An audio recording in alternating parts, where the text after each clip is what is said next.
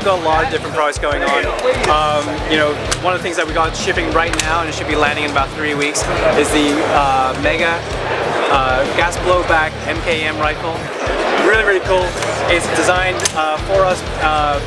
Basically, Yikai, who's the OEM for KWA and for some of our products, they're making this based off their LM4 system that they developed. It's got a billet style upper and lower receiver. This is cast, rough cast, and then it's CNC down to the material. See, that's why it's all really tight tolerances. And that was something that we noticed when we were dealing with Mega, was that we looked at that stuff and everything was such tight tolerances, we realized that we couldn't skimp on that. And that's really what we were seeing here. So, beautiful upper and lower receiver. Everything that is metal is all hard anodized mil-spec, beautifully done. It's got a Keymon style upper handguard that blends in beautifully with this upper receiver. If you actually look at this upper receiver, this pick rail looks completely uninterrupted, just like a monolithic, except it's not monolithic. And that's the beauty of it, because we're able to cut down on the price of the manufacturing and everything else. We also got a nice flared magwell. It's got a skeletonized mega arm style trigger. The other things that are really important about it is that this upper receiver is now a one-piece upper receiver, not the multi-piece that some of the other ones were. And really important, rather than using the bolt release, I can actually now use the charging handle to release that bolt.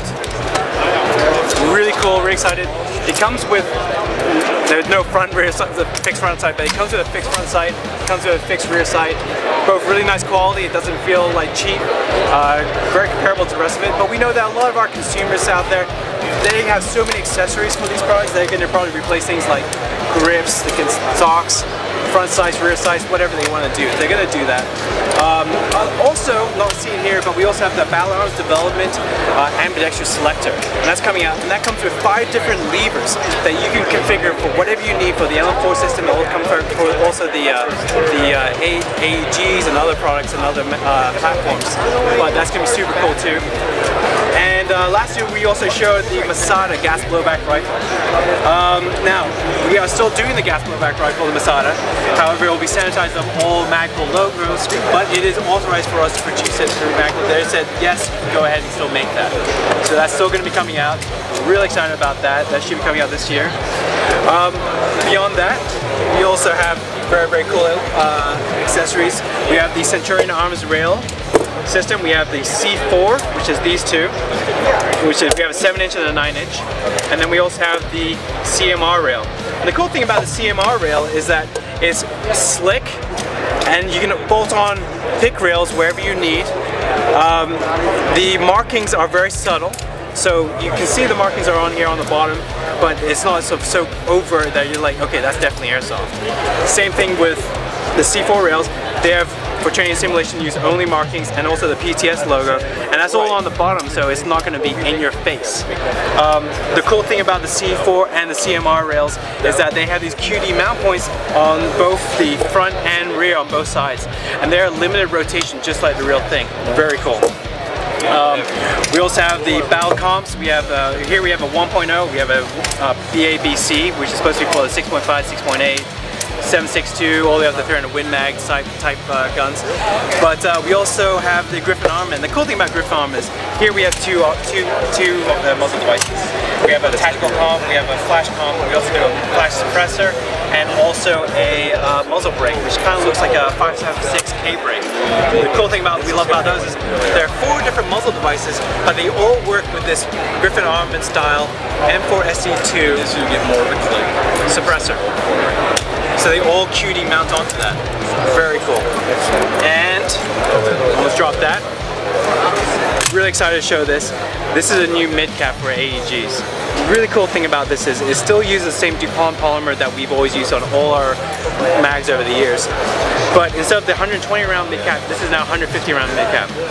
It's got a little tapered feed lips just like the real thing, so it's supposed to enhance your ability to put into a magwell. It also has a non-snag magwell guide. A lot of guys were complaining when they were putting in like things like the HSGI tacos. The shock cord was snagged on some of the nubs on the side for the magwell guys. So we designed this so that it would not have that much of a problem. No, that's because... Other enhancements, this bullet window is a fake bullet window. However, at the bottom of the bullet window right here, you can see there's a little orange follower. This mag is fully loaded right now. What happens is when you fully load the mag, this little orange follower comes into view, and that's how you know it's fully loaded. That was always a big problem with some of the other opaque magazines. You couldn't see through them, like unlike the transparent magazines. Now you can see that follower, so if you grab this mag off the deck, you automatically know it's fully loaded and good to go. Other enhancements such as the recessed grip panel so that you can do a nice strong beer can grip. The standout for me with these mags is the base pad. The base pad is super cool. Rubberized overmold on this section right here. There's also got like sort of a pseudo monopod type section right here, angled, so that when it's in the gun, you can get a really nice flat surface, get a really good traction with all this sort of little grippy area here. But there's also not so much meat around the front that you can't angle the gun down to get a better angle if you need to shoot on a decline. Other things, the reason why that's really important is because when you're putting this into pouches, if you had a closed top pouch with flap, you didn't want to be able to inhibit the ability to close those flaps, which some of the other designs out there can do. Other really important features are this tab in the front. You know, if a lot of guys are telling us, hey, you know, when I'm starting mags in my pouches, I can't get a full beer can grip because the pouches come too far up. So we're like, okay, well let's look at what different ways we can do this. Some guys are telling us, hey, what I would do is I would put some grip tape on the front of my mag, so that way I could easily get a little bit more leverage on it. I'm like, why don't we just build a tab on the front of this base plate? And by developing that tab, it gives you the ability to get a little bit more leverage and be able to pull this, hook your finger on the front, pull it out of the mag pouch, but also it helps you index the mag so that your finger's already in the right place, and then you can just roll your hand like that, get a good beer can grip and get it up, and your fingers are already seated in the right place so that you can seat that into a mag well really, really nicely and do your push-pull, and you know it's in place. This is going to be compatible with also version 2 standard AEGs, AR-15 obviously, but it's also going to be compatible with like VSC and Classic Army 416s, which was a problem with some of the older PMags. They weren't always compatible because they had the unique mag well design. So yeah, and then we have other accessories coming out from this is the EPM, the Enhanced Polymer Mag. We also have an EPG coming out, two or three different styles that we're developing right now. This is some SLA prototypes. It's still going to be revised a little bit, but some pretty cool designs that we're really excited about. And yeah, it's going to be a good year for PTS for 2014. Thank you.